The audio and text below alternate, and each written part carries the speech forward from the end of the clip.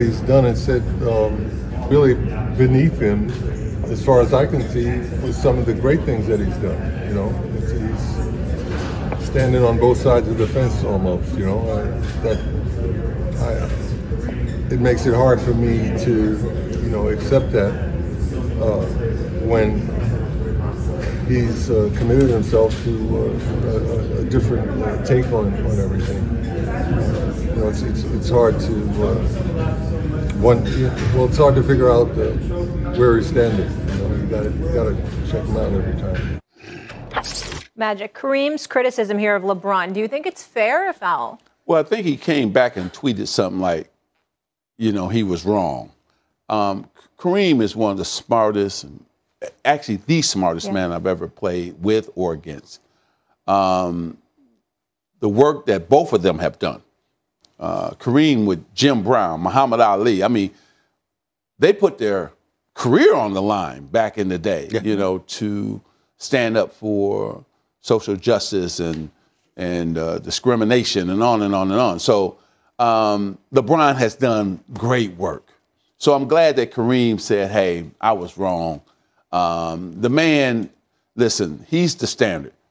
Right now as an athlete in America or in the world, LeBron James is the standard. And so he's done great things on the court, and he's also done great things off the court. So I'm glad Kareem got that past him and corrected it, and so we can move forward, Stephen A. You're not going to hear me be ultra critical about Kareem Abdul Jabbar, the all-time leading scorer in NBA history, 19-time All-Star, 6-time champion, 6-time league MVP, and a civil rights activist. That's right. The things that I've accomplished, and obviously to a far greater degree you have accomplished, probably wouldn't have happened if it were not for the Kareem Abdul Jabbars of the world, the Jim Browns of the world, the Kurt Floods of the world, Bill Russells of the world. The list goes on and on and on. So our deference and respect for Kareem Abdul Jabbar knows no limits. Having said all of that, does not mean that we can't respectfully disagree with him. That's right. And it does not mean that we can't shine a light on this phenomenal icon that we hope stays here with us for a while, because I know he's had some challenging health issues and we wish nothing but the best. We love Kareem Abdul Jabbar and we appreciate the cerebral approach he has to so many things because he's a thinking man. Here's what I would say to Kareem Abdul Jabbar real quickly.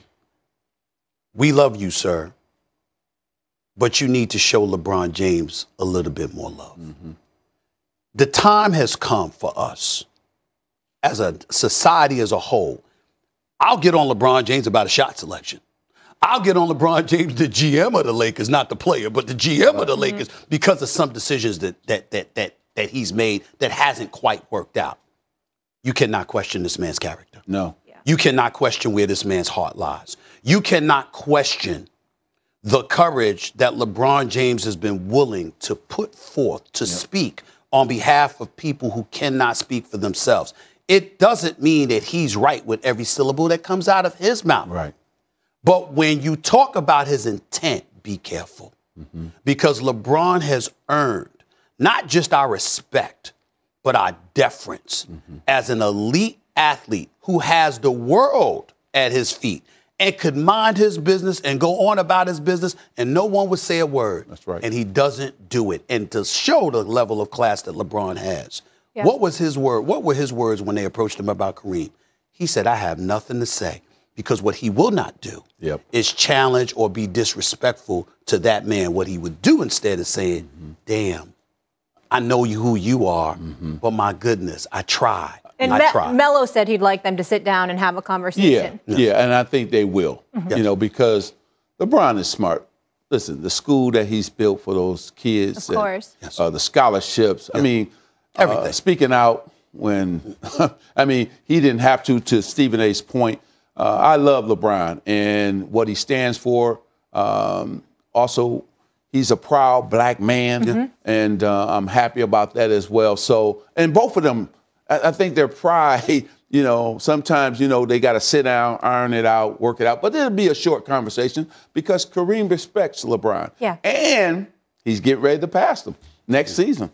Yeah. I think there's a part of Kareem, rightfully so, that doesn't feel appreciated enough for what he has done for us. Yep. But what Kareem needs to remember is that ain't LeBron. No. Because LeBron appreciates his history. Yeah. And he knows what Kareem has done. And more importantly, Kareem has been one of those individuals who has served as an inspiration for LeBron to try to do the things that he has done. Kareem needs to know that and appreciate that. Yeah. That's why he wanted to play for the Lakers, LeBron. That's right. Because of that history and him understanding. So I think they're honest. It's not a big deal. I think he took issue with the social post, and then LeBron explained it, kind of making light of COVID. That's not what LeBron meant. But I will say this, guys. Kareem, side note, wrote an excellent piece about the Chris Rock, Will Smith. That's right. Oh, my gosh. I implore everybody to go read that. Wasn't smart. it? Oh, he's fantastic. I love Kareem. Yeah. And so I think this is small. This is not a big thing. For sure. It's not a big All right, we'll go back on the court, and we're going to go to the East Coast. Magic Johnson has made his way to our studio. Let's go, and let's talk about the team with which he will forever be associated. The Lakers yesterday. Anthony Davis on ABC trying desperately to keep playoff hopes alive, taking on the Nuggets. LeBron James not able to play. Magic, the moves here from Anthony Davis. Few big men have that. Oh, no question about it.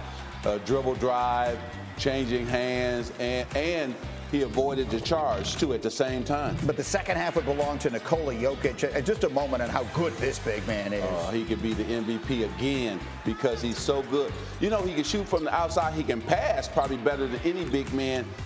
Might be one of the best ever to pass the basketball. Triple-double once again. I love Denver, and I love this big man. He had 38 points, 18 rebounds, and 6 assists. But the storyline is the Lakers, who are now functionally 2.5 games out of the final play-in spot because San Antonio has the tiebreaker. And after this 6th straight loss, Anthony Davis was looking back at a season gone awry and what might have been. There's no moral victories in this league. You know, especially with us. The whole world want to see us lose. You know, I think the biggest thing that I think about personally is what we could have been. You know, we stay healthy all year. What could we have been? You know, we put this team together. We look really good on paper, but we haven't had a chance to reach that potential with guys being, you know, in and out of the lineup. So, so the most frustrating part about, you know, this season is just not being sure of what we could have been. All right, so obviously so disappointing in so many ways, and Magic is here with us for the half hour. A reminder, he's got a 4-part docuseries on Apple TV Plus that comes out April 22nd called They Call Me Magic. We will talk about that. But you heard Anthony Davis say, if we had been healthy, what might have been? So that will really be the question, won't it, during this offseason? Do they try and bring it back with LeBron and AD and say, well, the injuries were the reason we didn't do it?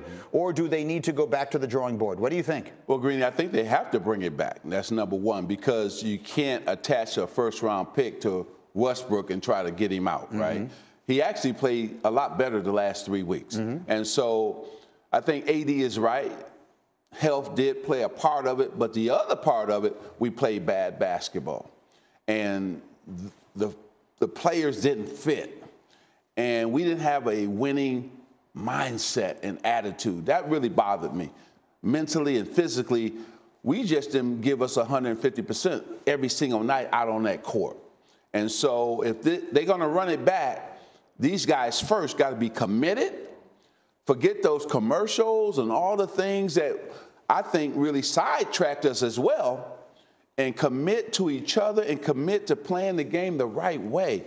We couldn't get stops. The Pelican game on Friday night, that's the game that showed me this team is not about winning. We were supposed to win that game at home against a team that we're fighting against, that we may see in the playoff game, and we came up